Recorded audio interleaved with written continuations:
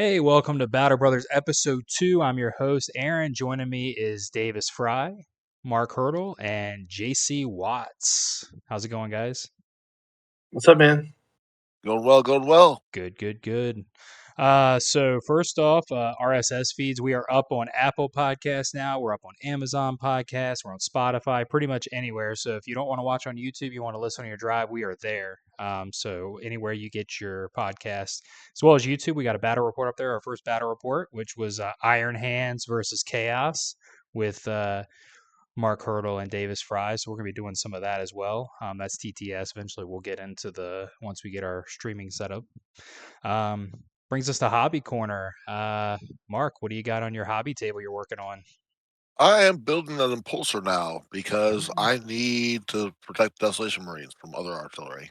Okay, that works. I saw they'll see a little bit of that in the battle report if they do it. It was kind of interesting. I guess I never thought about putting them in an impulsor, but it works. JC, you got anything on your hobby desk? Yeah, I'm working on some Imperial Guard. I've got a Dorn Tank Commander that I just primed and some Kazarkin that I primed.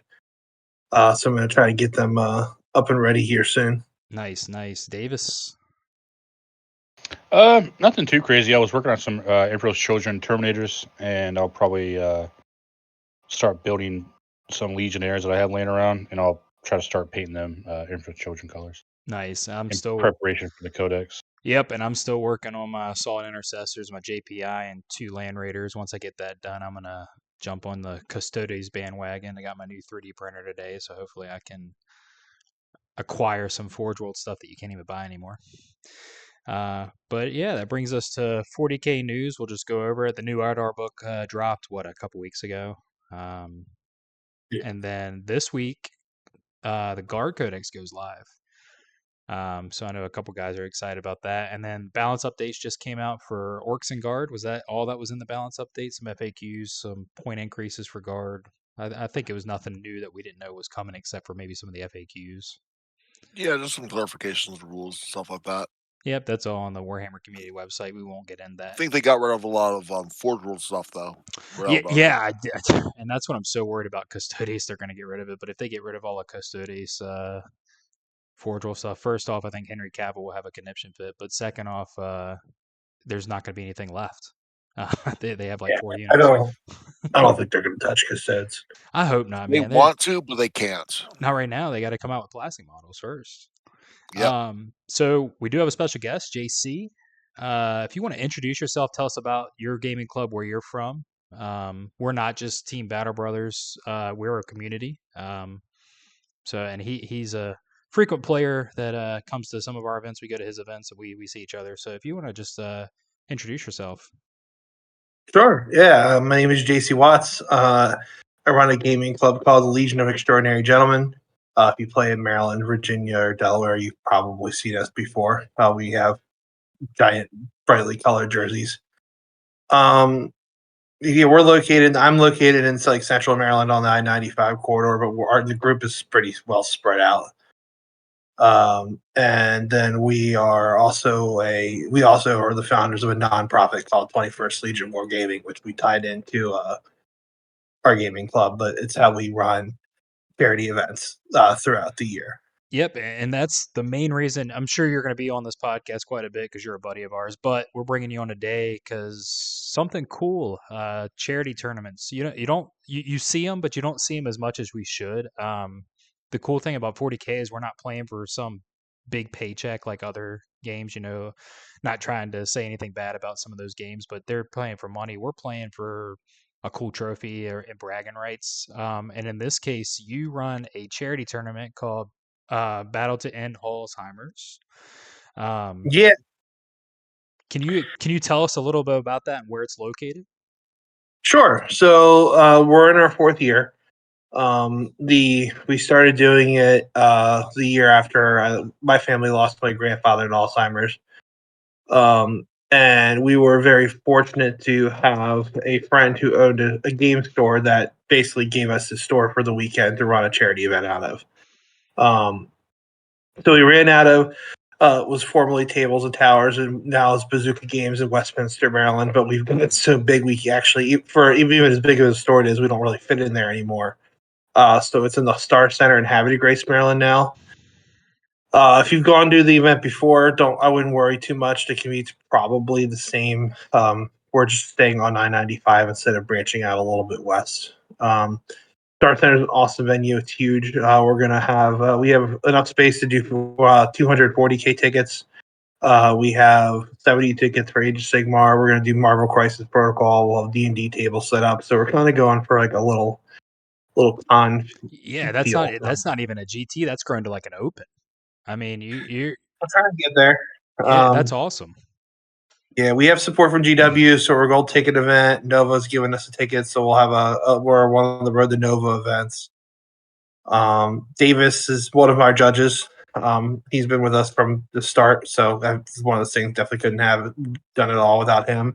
And Mark is actually our first ticket sale this year. So there you go. it's an event that's the Battle Brothers definitely show a lot of love for. So Dude, appreciate you guys for that. If Gotta help out the community.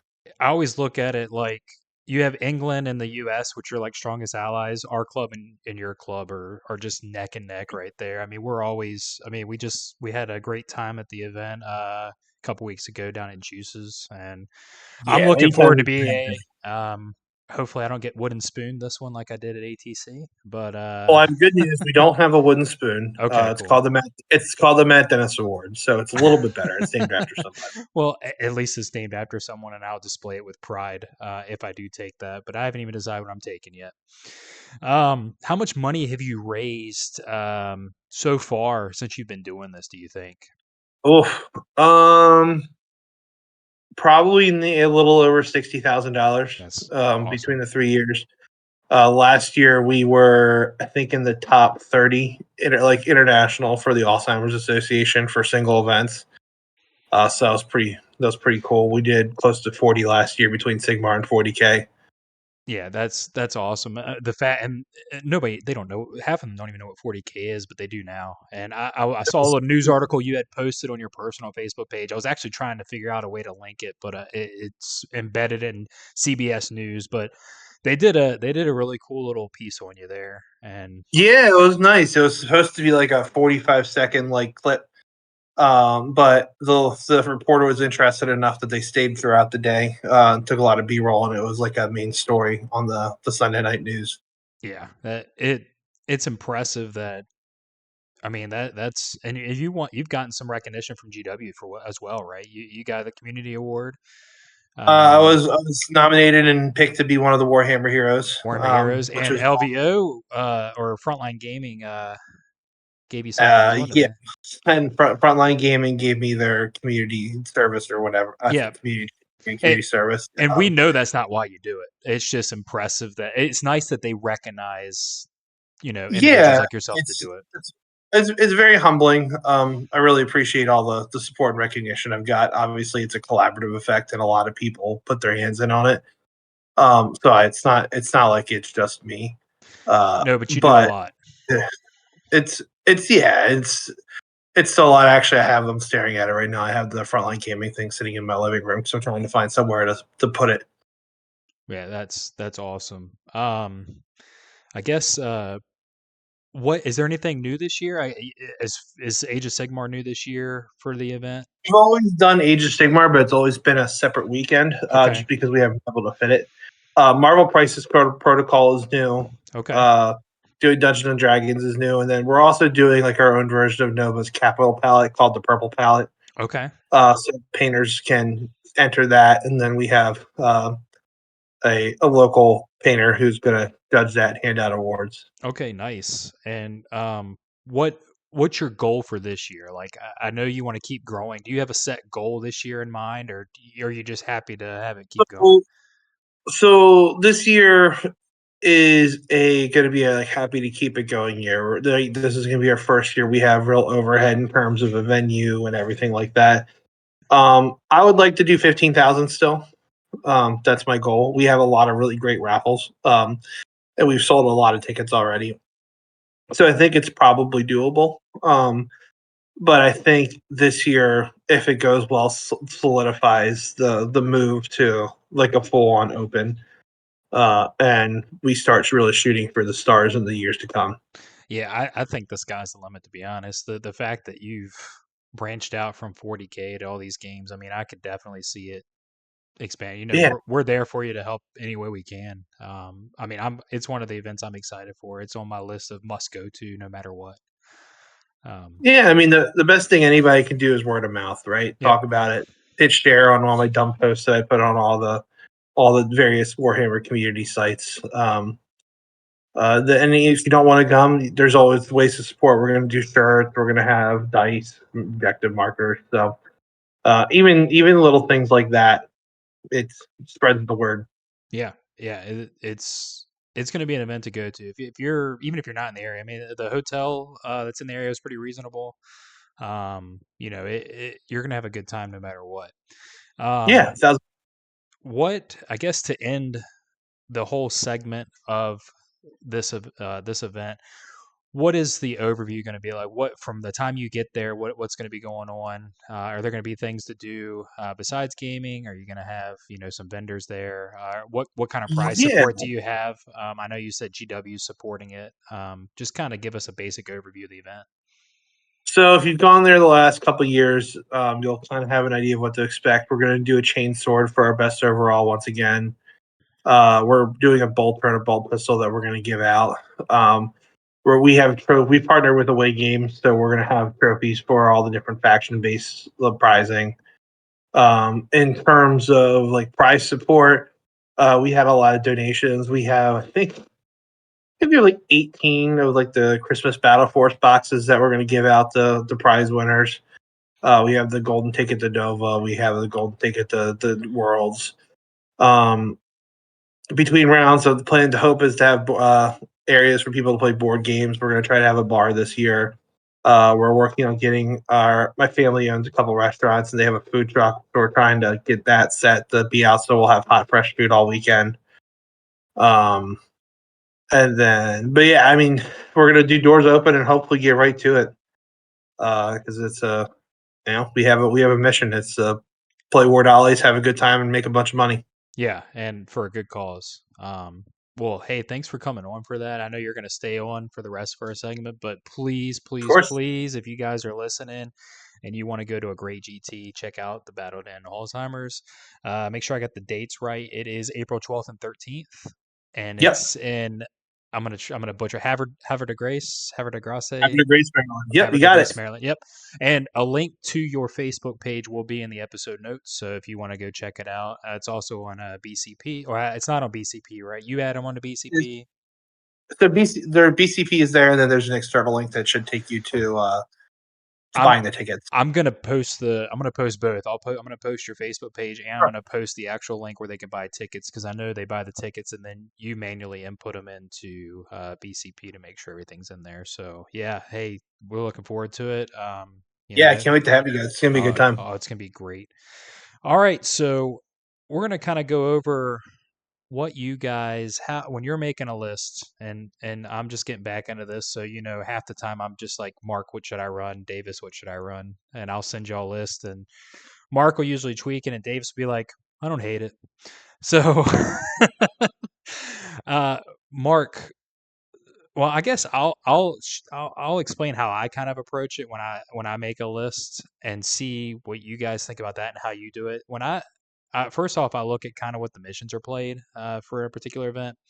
Maybe I'm leaning too into it. I know a lot of people focus mainly on the primaries. I'm a guy that tries to go after the secondaries, and maybe I'm not, but I always try to make sure I have a good balance of anti-tank, anti-infantry, and guys that can just kind of run around objective scoring, whether that be secondary. I know, Mark, you've talked about your dislike of scouts or how you think they're useless. I like the idea of them just because I can pop them up, put them over here, and I get containment or something like that. And I know you tend to beat me because you don't even. Well, you're a better player than I am, but you tend to beat me because I'm so focused on getting all this stuff, and you're just like, you don't get primary. So I guess starting with you, Mark, what is your approach when you're building a list for a particular tournament? How do you come up with what you come up with? When I'm building a list, I'm typically, excuse me, I'm typically trying to build a list that can do a certain thing pretty well. Like I'm trying to synergize my list to a certain task or or how I want to play the game. And usually, how I want to play the game is I want to like try and kill my opponent, table them, just destroy as much of their army without losing as much of my army as possible. So what I'll typically do is I'll find like a detachment and try and find like a way to work certain units into that detachment, try and maximize the efficiency of every model that I bring. So I'm trying to maximize efficiency. And I'm trying to maximize the tools that I have. But I'm also trying to make sure that I've got ways to deal with anything. So basically, I try and not be like if I go up against like a night list, I need to be able to take care of a night list. If I go up against like a horde list, I need to be able to fight that horde list. So I try and build a balanced list in that like I'm able to pretty much fight into anything. Okay, and you tend to focus on primary more than like if you can't do a secondary, you're not going to sacrifice a unit for. We talked about this cleanse. Yeah. You know, I guess the problem that I come in is when I play Marines, I'm already getting that free CP, so I'm kind of discarding a. I can understand discarding one of my secondaries for a free CP, but when you don't get a free CP, it kind of hurts a little more. So maybe that's what I'm Well, struggling with.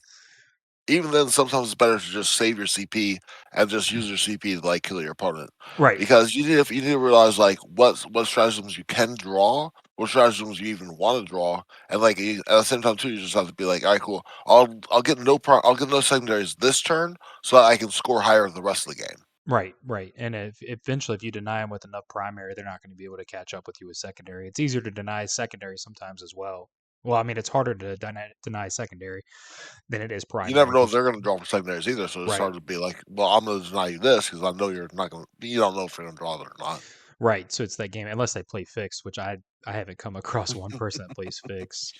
JC, when you make a list for RTT or GT, what's kind of your thought process? It depends on the faction that I want to play. So I think they do different things well.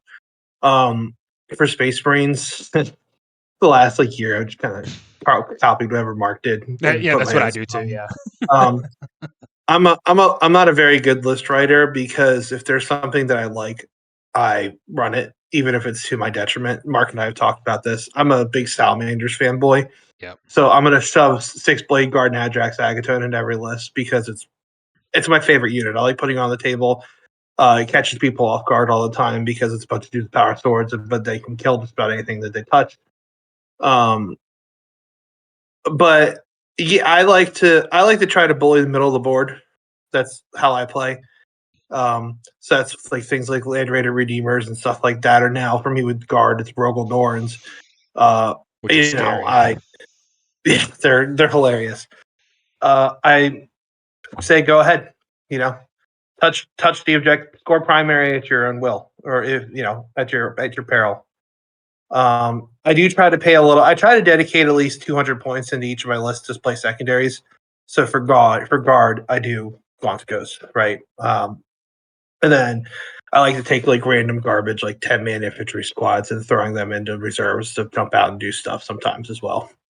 Yeah, and I tend to have a similar. I like to Land Raider because I do the double Land Raider right now. I do Land Raider on center objective. I've got Calgar. Usually I'm overly aggressive with him sometimes, but that's my thought process. But I think my detriment is, oh man, I drew this secondary. I have to, for whatever reason, I think I have to get this, and then I end up sacrificing a 200 point unit for 2 points. And I think that comes from the old school 8th edition days where, you're playing or I mean, I've been playing since 4th edition where you're trying to get all this stuff and everything's important. Where here it's like, oh, okay, I didn't get a secondary. It's not a big deal. And it's just that balance. Um, Yeah. but I think board control, I think if you get that center objective, that's huge. If you can get 3 objectives to there too, I mean, who cares what their secondary is? A lot of time you can rack up the points in primary. And depending on what the mission is, if you can hold them off of like the mid board, keep them out of the middle of the field for 2 or 3 turns, that can be backbreaking just there. Yeah, and especially if you can do all that while you're in their face. I know Davis was he was talking Black Templar with me, and he sent me. I mean, it was what was it, 10 Terminators with 2 up, 4 up with a 5 up. Feel no pain. That thing in your face. I mean, a 2 up, 4 up alone. We've already talked about how broken that is. I mean, that's what makes Custodes so good. But when you put a 5 and there are 3 wounds each, 4 wounds with a storm 4 shield. wounds. I mean, 4 that's wounds. 40 wounds, not counting the characters. Um, and that's in your face, and that's something that you have to think about. I mean, I like playing the mind games with the opponents. Where like, hey, if you don't deal with this, I mean, you can go back and steal my objective. That's fine. There's only one guy on it, but you're going to lose everything in your whole deployment zone. And I like playing the mind games, so I like those kind of lists. Which I guess brings me to you, Davis. When you make a list, because you tend to make some great lists as well. Um, what is your kind of focus when you're making a list? Like, what do you focus on? It's kind of like GC. It's one of those things where it's army dependent. With Tau, I always bring crisis suits. It's just like because they're fucking cool. But I mostly play CSM, and with CSM, even though they shoot really well, I've always focused more on uh, aggressive output. How fast can a unit move? How hard does it hit? Um, what their abilities, like their actual data sheet abilities, are always pretty good. So I guess it's more of just it's just about being aggressive, especially with CSM. That's what I usually try to go for. With Bile, it was you try to get the +2 to move, and everything can advance and charge, and everything's kind of hard to kill. So it was kind of a stat check army. And then with Renegade Raiders, you want some good shooting, but you also want some stuff that can go out, jump out of a Rhino 8 inches or 9 inches, and then advance and charge and hit something and just murder it. So And I that's think one of the things I struggle with when I make a list, and a lot of times I'll try to be dumb and get lists from you or Mark, and I'll try to make it better, which is dumb. But I'm like, oh, I really want to take this, and by the time I do this, I'm like 200 points over, and I'm like, well, if I just had these 200 points, and like, it's a sacrifice because I'm kind of in the same boat as you guys. I want to take some cool stuff, I I like the element of surprise. I mean, we were talking about ATC North Carolina last week, and I mean, I had Centurion grab cannons, which nobody runs except for Mark, and nobody knows what they do, and they underestimate them. And when you drop a knight with three guys, and they're like, what? Like that's the kind of stuff. And I never play Gotcha Hammer. I'll let them know what it does. They just underestimate them. I like charging out of Land Raiders. I think it's fun. I used to play Salamanders back in fifth edition when they were like re-rolling Thunderhammer Storm Shields. You ran 2 Land Raiders with a bunch of that's back then. You could run I think 10 Terminators in a Land Raider, or maybe it was 5. Maybe I'm just, but it was that's the stuff I like, and. I guess with the new 40K, you have less on the table than you did in previous editions because they've shortened the board and they made more expense, and it makes the game more fun. But it also like I can't bring this toy because I don't have enough points, so it's kind of like that. I don't know. It makes it fun, but it also like well I have to leave this vehicle at home. I don't have enough points for it, but I really want to play with it. But then it makes other aspects in your list worse. So I think it's just a balance of learning and what you want to gear towards. Um, so this weekend, Waterloo GT, and that's in Mechanicsville, Virginia, right outside of Richmond, kind of near King's Dominion, if you know where King's Dominion is. We have quite a few battle. I myself won't be there. Davis, are you going to that? Mhm. Okay, you're going to that. Mark Yep, I'll be Hurdle's there. going to that. Yep. Austin, bunch of guys. It's an away games event. Which spoiler alert, they are going to be a sponsor of this podcast, so don't be surprised if you start hearing some plugs out for them. I know they have a great business model. I'll give them a little plug now. If you have a local game store that doesn't have enough terrain to run a GT, talk to Away Games. I mean, they will set you up, and pretty sure it's not gonna. It's funded by the event cost. I mean, for the most part, so. He's got everything you need, and he can put you on his route. And it's veteran owned and operated. So that's awesome. Davis, you got some lists picked up for this weekend at Waterloo. Care to go over who's running them, what's in it, and what it does if you know what it does? Yeah, let me see if I can share my screen. Yeah, I could probably make that bigger too. Let's see. I can make it bigger. I'm gonna make you are taking up kinda. I gotta move myself and JC out of your way. I know that guy. All right, so we'll go over mine and Mark's list. They're not like super cool, but they work well. I'll let Mark go over his own list, and I'll go over mine. Yeah, sure. Oh, you know what? I got to click on watch stream, don't I? Bam, there we Yeah, you go. Look at that. do. Oh, now All right, you ready there, Aaron? maybe. I don't think I am. I think I just messed up everything. Sorry if you're watching from home. I'm going to edit all this out. Oh, let me see. That's why I leave it in there. They deserve to watch it. Yeah. They Oh, know it's right man. there. I think I just screwed up everything, to be honest, guys. That's all right. Just listen. Just Yep. listen with your This is ears. gonna be the listening portion of the podcast while I try to figure this out while you're doing this. All right. So I'm bringing a list. This list is called Gilliman's AutoZone 2 Electric Boogaloo. We're Ultramarines Gladius Task Force. I've got a librarian, Marnius Kagar, and Gilliman, who's my warlord. I've got 2 battle line units. I've got an assault intercessor squad, power fist hand flamer, and intercessor squad with just the bolt rifles and the grenade launcher on the sergeant. Got an impulsor with the shield dome and frag storm grenade launchers. Got 1 JPI squad, assault intercessors with jump packs. Got comfy heroes running around with Marius Kalgar. We have a desolation squad, 2 Landed Redeemers, and a 10-man Stern Guard veteran squad. It's a pretty simple list. Just runs around, survives, and murders people. Pretty mobile, and hits pretty hard. And I got us back up one here. So let me zoom this in real quick. And I'll post the list in the episode notes too. So if you're watching this on YouTube and not listening on the podcast, you'll be able to see them, or they'll also be in the podcast notes. So similar to what you have been running, very similar to what I'm running. Just you have the Desolation Marines, right? Yeah, well, I dropped the Centurions and 1 JPI for the Desolation Marines and an Impulsor. Okay.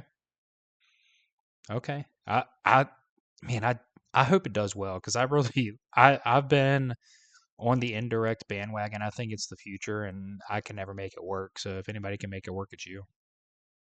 Well, you really need that. You really need this. Only works with like Gilliman, and it only works because you have double oath. So you can oath one thing, kill it with indirect, and then kill what you need to with the other stuff. And then the pulse of the wound because you're just vanilla Marines. When I say vanilla Marines, the pulse of the wound really helps a lot because you got all those guns indirect and they're gonna murder some stuff. But the really cool trick about it is you can shoot them from inside the impulsor. Okay. So it's got fire index 6, so you can fire 5 of the guys and fire 1 of their guns each. So you can fire Why? 4 of the D3 shots and the Vanguard launcher, and that's usually enough to like murder like a 10-man cultist squad or something like that. And it's really going to help keep Eldar honest, keep Guard honest. It'll help me a lot. The other thing I like is it also has Are you taking the crack grenade launchers? Oh, super crack, yeah. Yeah, super Super crack. Yeah. crack. So you can also do that out of the impulsor if you don't shoot the indirect fire too. So you can, if there's a vehicle you need to take care of, you still have that 5-up invul from the impulsor, and you're running around shooting out of there. I think I like the Desolation Squad. I wish it was cheaper. I think we all do. But I like the fact that yeah, you can't just put a cheap unit of scouts on your objective to hold it. You're gonna have to commit something big to it, or it's gonna be dead. And it gives you something to shoot turn one. Because how many times turn one you're like, oh well, that's my turn one. I have nothing to shoot. Yeah, you That's try why to I play was. cagey a little bit. That's why I was trying to make Whirlwinds great again. But it did not. I can't find a way to make it work. I guess running 2 of them, but The problem with Whirlwinds is that Desolation Marines are 20 points more. And if you're running two Whirlwinds, you can just run Desolation Marines and an Impulsor that's still cheaper. right. And you get the ignore cover naturally with the Desolation Marines if they stay still, where you'd have to, if you run them Yep. in Gladius, you have to pay the CP to make them ignore cover. Well, that's also funny because like in Gladius, you make them Devastator and you get extra AP and ignore cover on the Impulsor.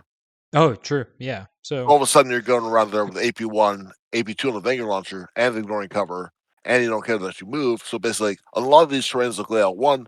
You don't have 36 inches to the back of their opponent's zone, so you have to move the Impulsor up a little bit.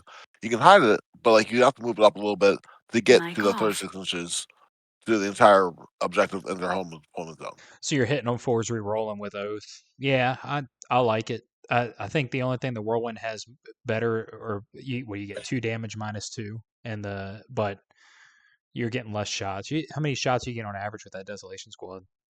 So you get if it's 5d3 plus blast, with a strength 4 AP 0 1 damage, and d6 strength 7 AP 1 2 damage with the Vanguard launcher.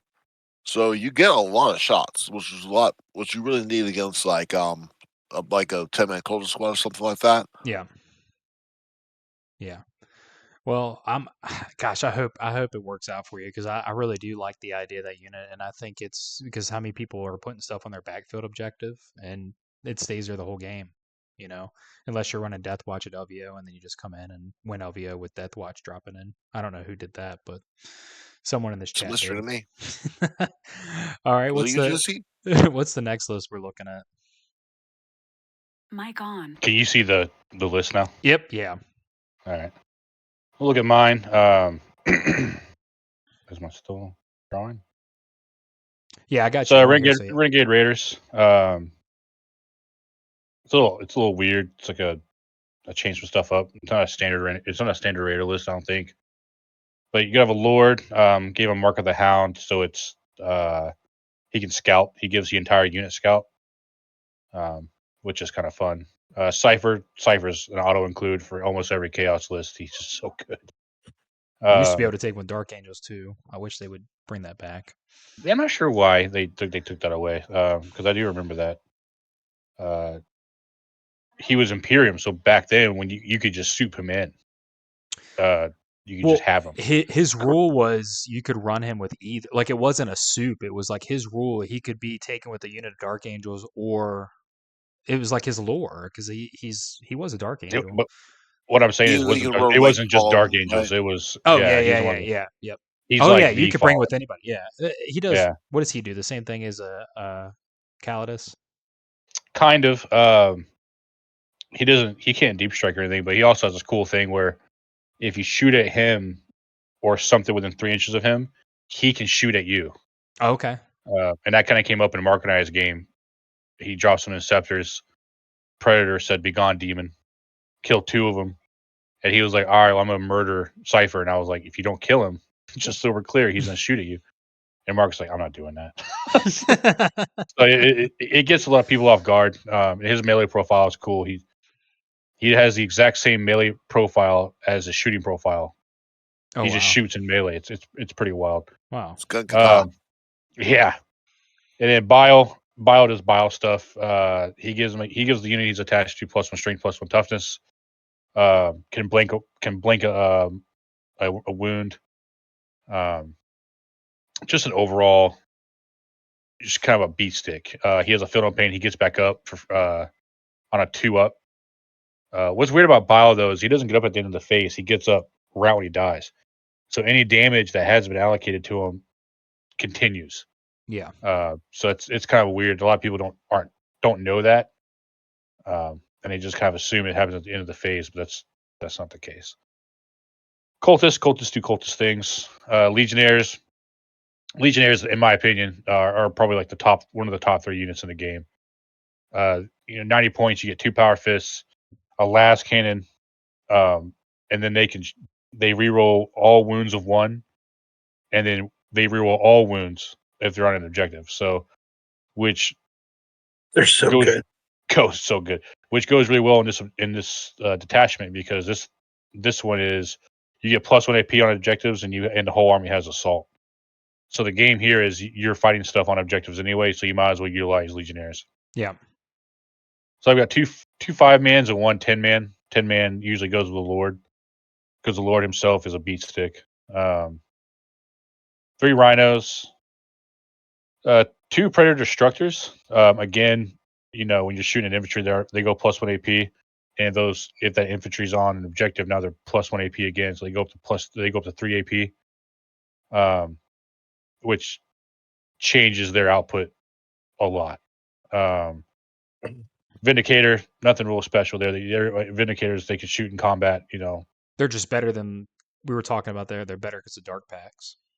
Yeah, that's my opinion. I think you take a Space Marine Vindicator and you compare it to a CSM Vindicator, It's the same I shooting think it's profile, right? exact same shooting profile, except you get one. dart packs. Yeah, But he except also one that gets assault and yeah, the extra AP.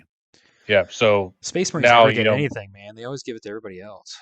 this guy is doing 9 inches plus D6, and now his weapon's strength 14, AP 4, D6 damage.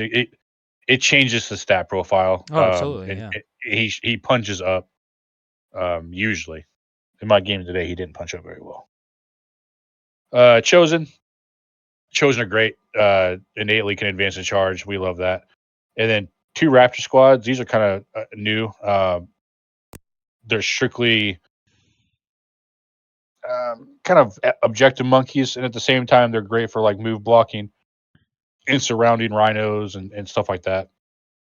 They're they don't have to touch it; they can usually just surround it, Right. and now the rhino's kind of stuck. So it's just stuff like that. They're great tools. They have a power fist, a plasma pistol, chain swords. So they're not going to kill much, but they're definitely an annoyance. And So that's our list. Yeah, if you want to see what that list does, is that the same when you were playing on the battle report that we posted? Similar. Difference. Similar. Similar. We had Oh, Abaddon in the other one.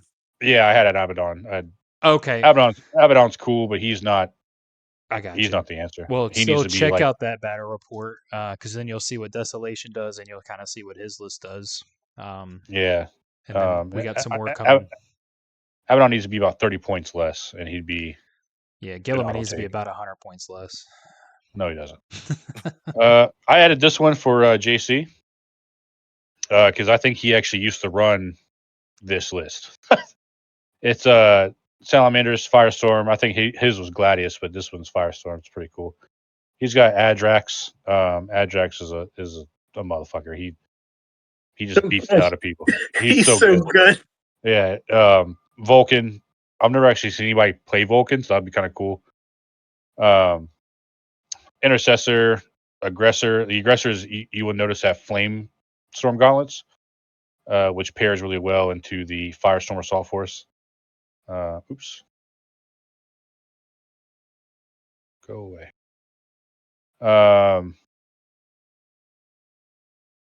Assault Intercessors with the JPIs, Power Fist, kind of like the same as a Raptor. Blade Guard Vets, I can almost guarantee that old Ajax is going with the Blade Guard Vets. Eradicator Squad, Infernus, and here we are, 2 Redeemers. 3 The Bane. or 2? Okay. 2. Yeah, only 2. Okay. And a Scout Squad and a Vanguard Veteran Squad with jump packs. I've never actually seen anybody play those. Apparently, they're getting new models.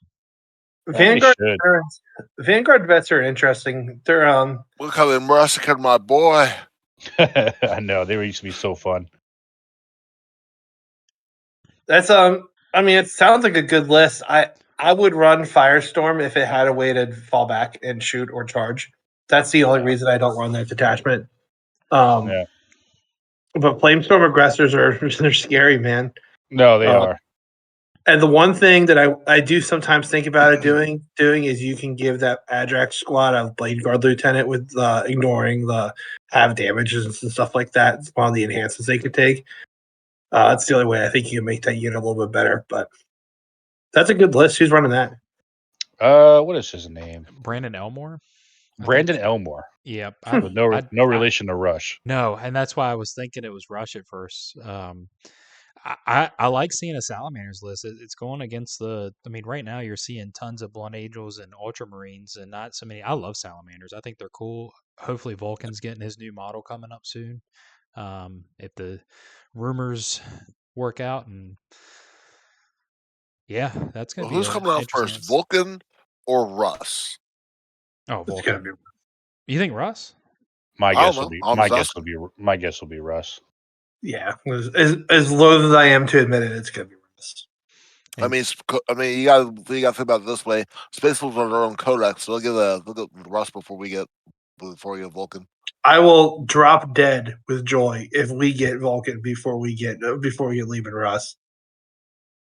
Well, the furries. I mean, they spend more money than the salamanders do. So I That's think true. Well, it's because we use actual Space Marine models and we don't have Frostwolf, Thunder, Frang, special gunship things everywhere. We're just Space Marines. I just want, and Well, since I'll never we're play him. I just want Khan to have a bike. Give the guy a Mm. bike. Let him ride around a little bit. Enjoy the breeze. since we're talking shit on Space Wolves, let's see. You got Austin's list up there. Yeah, yeah. Austin Wingfield, good buddy of ours. Probably one of the best Space Marine players we know. So this Best is painted this is for a, sure. yeah. He always wins that shit. Um, I know. this this is a strange Space Wolves. I mean, compared to what you always see with the Thunderwolf Cavalry and stuff like that. He plays it more like a kind of a normal Space Marine list. He's got these characters that are just crazy beat sticks. Sustain, lethal, anti-vehicle 3, just all this wild stuff. Murder Fang's hilarious because he has the rule that he can consolidate 6 inches, and if he gets attacked, he gets to attack back.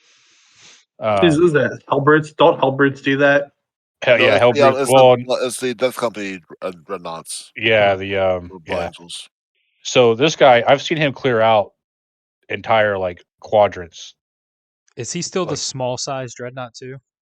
No, he should be, Yeah, but Austin has him modeled pretty big. It's a giant like werewolf thing. Oh, nice. Okay, it's still not as big as like the Brutalis Dreadnoughts. Or the new Dreadnoughts. No, yeah, that was the shocker that when I got back into this edition and all the dreadnoughts were like 3 times the size, I was like, oh, okay. yeah, they're all Primaris dreadnoughts, but yeah, I mean, no, Murderfang's an OG dreadnought. Austin's is a little bigger, which is probably a disadvantage to him, but Oh yeah. but I mean, you can see he's got 1, 2, 3, 4, 5, 6, 7, 8 characters. He also does this wild stuff where he names all of his models. Like this man is captain not is a fluff bunny. Do not give Beowulf that. the Do Black. not Yeah, believe don't. he is a fluff bunny. I got onto him because we were at Juice's a few weeks ago, and he was talking about how he names, and I was like, shame on you. I looked at his opponent like, don't believe that bullshit. he's not. He's gonna murder you. Don't let him get in your head. I will always say that I've never beaten Austin. I mean, I've known the guy for, since 20. Oh, I mean, a long time. I'm not going to get my age out there. But I've never beaten him. But he's the only opponent that can literally beat you into the ground, and you still feel great about yourself. Like he is one of the It's always best a great opponents game. to play. Like you just have fun. You get your ass beat, but he does it in such a way that you're like, that was a fun game. Like you're not demoralized. You know, sometimes you're just like when you get your ass beat, you're just kind of like, oh my god, this is horrible. He finds a way to just do it with joy. I guess he makes you happy that he beat you. You thank him for beating you. Yeah, Thank you, man. He's got an impulsor, 2 units of JPIs, 2 10-man units of JPIs. So, infiltrator unit, all this stuff's kind of basic. He's got the Centurion Assault Squad, Okay. and a Valkyrie. A Calidus Assassin. Okay, I was like, Oh, he named it about. I was like, you're taking yeah, a I was Valkyrie like, for 170 points. That's pretty good. And it's not even the red army. So cool list. He does really well with it. If you haven't seen it it painted, surprises you. yeah, and I think part of that's he's a really good player, but just the beauty of it. I mean, even he was on stream. Where was he on stream? And GW was streaming him. It was at Nova, and they were streaming it. Yeah, They were commenting how beautiful it was. I mean, it is. Josh Kinder painted it. Another battle brother, it's a and very very pretty army. he should be banned from painting competitions because the guy's a genius. Wins too many. He does. Next one up, we got this one. And this was I like this because it's an orc list that you don't ever see. He did the Dread Mob. So it's not tactical or what's the other one? Bully Boys. Shock attack gun, surprise, surprise. War boss, big mech. That's all pretty standard. Shit ton of Gretchen, a truck, 2 units of flash kits, which is funny. Some commandos, a Luda squad. You don't ever see those, I thought that was cool. a Morkanaut, and some Knobs and Storm Boys, 2 Tank Busters, all pretty standard. I just thought it was cool because you don't ever see the Dread Mob. And this is a friend of ours. He's from Away Games, Connor Winfield, good dude. He usually plays Tau, so Orcs is new, at least for me to see him playing it. So Yeah, and the it'll be cool cool. thing It'll about be good to see this him. particular GT is you're going to have a lot of local guys that don't have a lot of GT experience, and then you're going to have a lot of guys that we just see each other all the time. So it's going to be, I think the list is going to be interesting. I'm curious who's going to win, and hopefully we can get them on the podcast next week and talk about their win. I mean, if you're I mean, I'm curious, going to be here anyways. yeah, if you're curious and you're listening to the podcast, go look at the roster for that tournament. It's stacked. Oh, Most of the yeah. most of the Virginia Battle Brothers are there, and they're all pretty good players. Got some good away games players. You know, Walker Juilliard and I hate to say it, Don. So stuff like that. Great players, great people. It'll be a fun couple days. This list I actually wrote, or mostly wrote, for Eric Hoger. I think this list is hilarious. So Spirit Conclave, their whole thing is it's all about um, wraith constructs. Let me pull up their thing because I have it actually memorized. So yeah, one of the things here. So if someone kills one of their characters, the whole unit then I think it gets +1 to wound. Yeah, they get +1 to hit, +1 to wound. And that will be important when I get deeper into the list. But you got 2 Spirit Seers which buff the Wraith units. This is new. This is new Eldar too, right? This is new Eldar. Yeah, Yep. you got 2 Wraithblade units, which they're funny. And then you've got 1, 2, 3, 4, 5 Wraith Guard units, all with Wraith cannons. So that, you know, one shot. I think it's like strength 14, AP3, devastating wounds, D6 damage. I think. But with all the buffs you can get, though, I mean, one of those units will kill just about anything. They're pretty wild. And then you still need to play the game, right? So you have a Wave Serpent that one of the Wraith units can go into. 2 Strikes and Scorpions. And when I mentioned when killing characters, these Skyrunners here kind of act like Canis would in a Sister's Army. Throw them out onto an objective. Something has to kill it, right? Or they're going to keep scoring points. And then whoever kills it is now marked for the rest of the game, and your whole army gets +1 to hit, +1 to wound against it. Nice. So if no one's really tracking that, and like say someone like uses their Plan Raider to shoot it, shoot one of these guys, they just make sure it dies because they still have a 4 invul and all that. Now that Land Raider is marked, and it gets pretty dangerous. And then a couple of Wraith Lords. Wraith Lords are always good. They're just hard to kill. They shoot pretty well. So, and then last but not least, this is my favorite list. I don't think it's very good, but it's hilarious. You've got one of each assassin. Yes. Oh, he's got. Right? Is that a priest? And a priest. Yeah, he'll probably be on an objective somewhere. Yeah. He's got one emulator, some agents, and a sister battle squad. So agents probably walk around, score shit. Sisters battle go on the emulator. You know, travel around, kill shit. It's a 10-man. But the best part of this list is a Warhound Titan. Yes. Please. Hell yeah, brother. Please get pictures of this. I can almost promise you. I can promise you that if this dude plays anybody that has any idea what they're doing, he won't win a game. But goddamn, that's awesome. He'll get best what is it? Imperial agents. He's the only one. That's what I'm saying. He gets that by default. So he's gonna walk away with the trophy, guys. I just thought this list was fucking sweet. It's Do got we know all him? 4 assassins. I don't know Thomas Perez. The name doesn't sound familiar, but when I look at him, I'll get a better idea if I know him. Dude, the fact that you know what? I was like, oh, okay, because I haven't looked at the list. And then Warhound Titan. That's awesome. I mean, how often do you see that? you don't.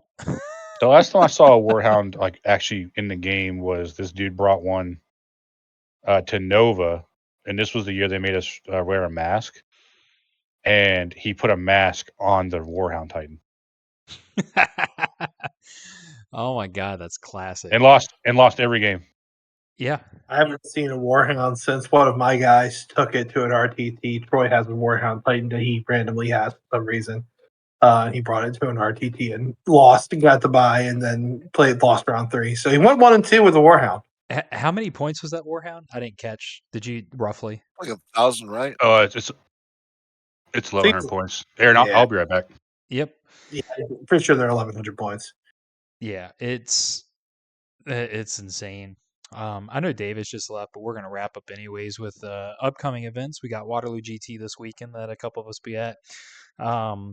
Blue Ridge GT in Charlottesville, March 8th and 9th. We have a couple Battle Brothers going to that. I think Mark, you're going to that. I'm going to that, yeah. I think Tyler Weimer's going to that. Mike Taylor, a couple others. Good buds with this. Adepticon's coming up.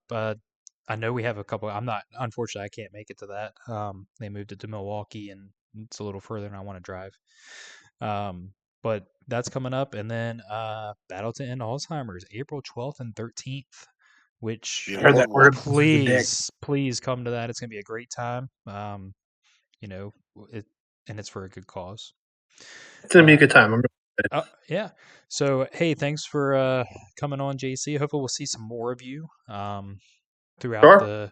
the podcast. We're gonna make this a weekly thing, and we're not necessarily going to do what every other 40K podcast does and break down new books and everything. We're just talking about what's going on in the community because that's what we are.